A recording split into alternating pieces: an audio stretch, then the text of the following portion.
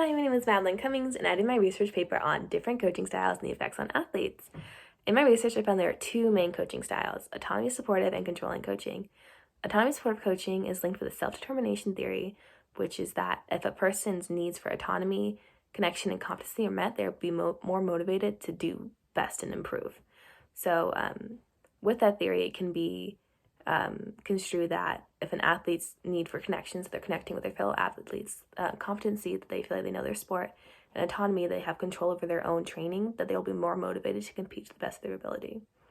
Autonomy supportive coaching is the best method of coaching to alleviate pressure off of athletes. The best example of this style of coaching would be Jeff and Jess Garba, who trained Sunisa Lee to her Olympic gold in 2021. They actively sought her input in her own training, and they trained her to be so good that when she got to the Olympics, she'd be able to do okay without her coaches being there because they were not able to join her at the Olympics. The exact opposite of autonomy supportive coaching would be controlling coaching, in which an athlete's everything about their training is completely controlled by their coach. This style of coaching would best be described by Bella and Marta Crowley, who trained with USA Gymnastics for many years, and they did train the team to many gold medals, but they also, under their supervision, hundreds of girls were sexually assaulted by the team doctor, Larry Nasser. It could be linked that this possibly happened because there was a culture of fear within USA Gymnastics that if the girls were to speak up about anything, that they'd be seen as bad and they'd be kicked off the team. This comes with a controlling coaching that athletes feel if they step out of line, which could just be them asking for help or asking to stop because they are in fear of getting injured or they are mentally unwell, that they are reprimanded for such things. Controlling coaching is also linked with burnout. Athlete burnout is when an athlete feels overwhelmed and exhausted. Burnout can manifest in things such as eating disorders, anxiety, depression.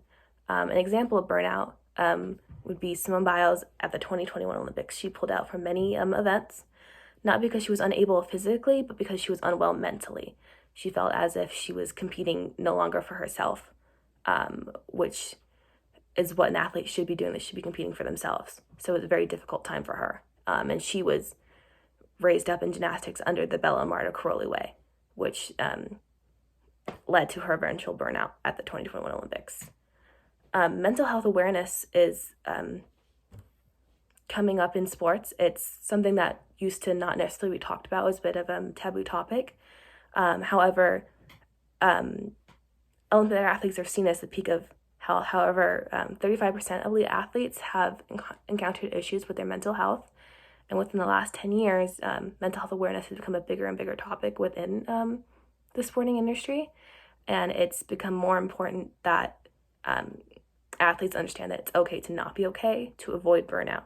And this starts with coaches. When you have an autonomy supportive coach who listens to their athlete, athletes are more likely to go to their coach when they are feeling unwell. But with controlling coaching, it is harder for athletes to go and express those feelings, which will eventually lead to burnout. And that's the different effects and how autonomy supportive coaches help their athletes avoid burnout and will actively seek what they need and their needs and what they want. And then controlling coaches just want to get that win. And that's the difference between the two. Okay, thank you so much.